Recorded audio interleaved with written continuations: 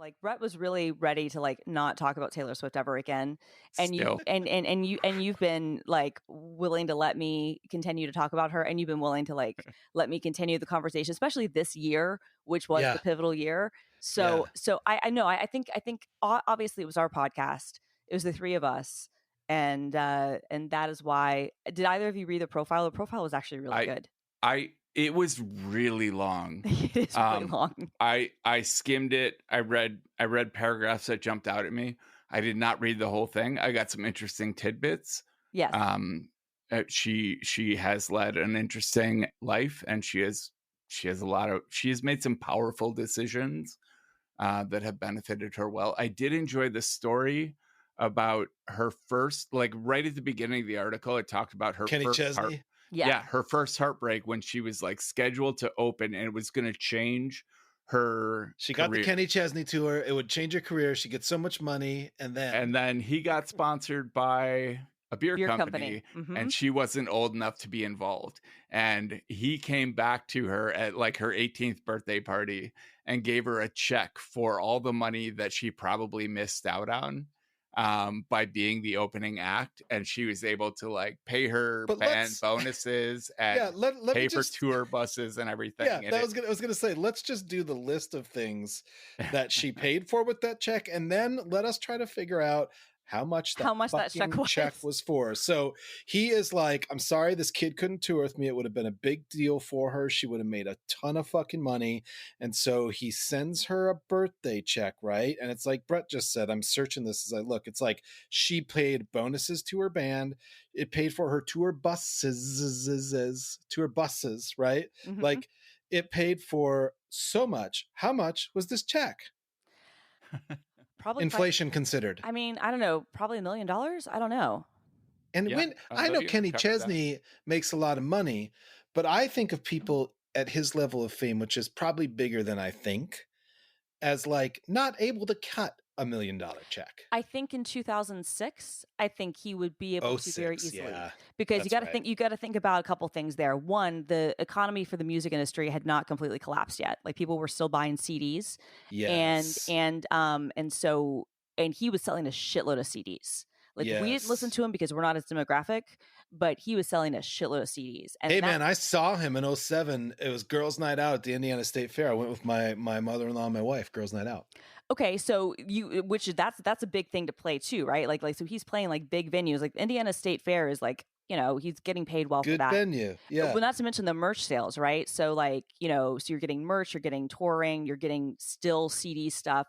So I think he probably could cut her. I don't know what it would be pre-inflation, but like equivalent of $1 million now. And yeah, she'd be able to do it, which she didn't expand upon in that article, but I do know from past things with her, because this is brilliant.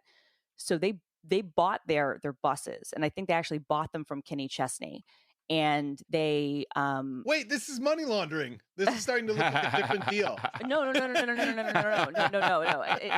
I get it. Now you get it. Yeah, no, I'm sure there's some money, definitely money laundering. No, they bought the buses. Then what they did is they would rent them when they were not in use to other acts, because her dad is like an actual like financial like advisor, like analyst, like, you know, stockbroker, like a guy who's actually very, very good, like was paid for a very long time to manage other people's money in the, you know, many, many millions of dollars. So he's the sort of person who you would be perfect to be like the dad of like a burgeoning, like, you know, country pop star, right? Yeah. Like this is not Britney Spears' family who's like, how much money can we suck out of this girl? This is like, oh no, okay, how can we leverage this the best we can? So he's like, okay, well, we'll buy the buses and then we'll rent them when we're not using them. And that way we can get tax write-offs, but also we can continue to make money for us even when we're not on the road. And like passive income tour buses. Totally. So and what does Taylor Swift's mom do? She was in marketing, and then I think she was a for Merrill Lynch, and then she's a stay-at-home mom. So the formula, and now she's a baroness. To becoming $1 billion Time Person of the Year is to be 1, insanely talented. Yes. 2, have a financial manager for a father. Mm-hmm. And 3, have a marketing person as a mother. Well, you gotta have a Kenny Chesney. You gotta have a Kenny Chesney. And you're well on your way. And you're well on your way. And a check from Kenny And then the check from Kenny Chesney.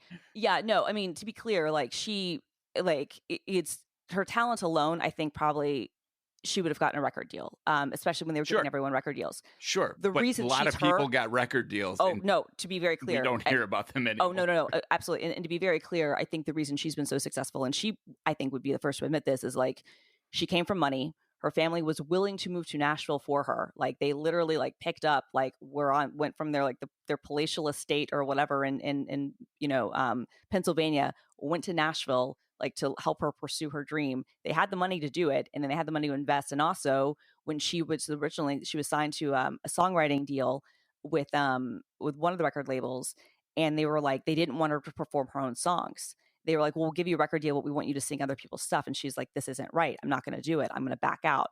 And her mom is like, God, we've worked so hard. I can't believe you're going to do this. But she was like, okay, I'll trust you. And that was when she then met Scott Borchetta, who let her do her own stuff. And of course, that relationship ended awfully, but it was very productive for like the first decade or 15 years or whatever of her career.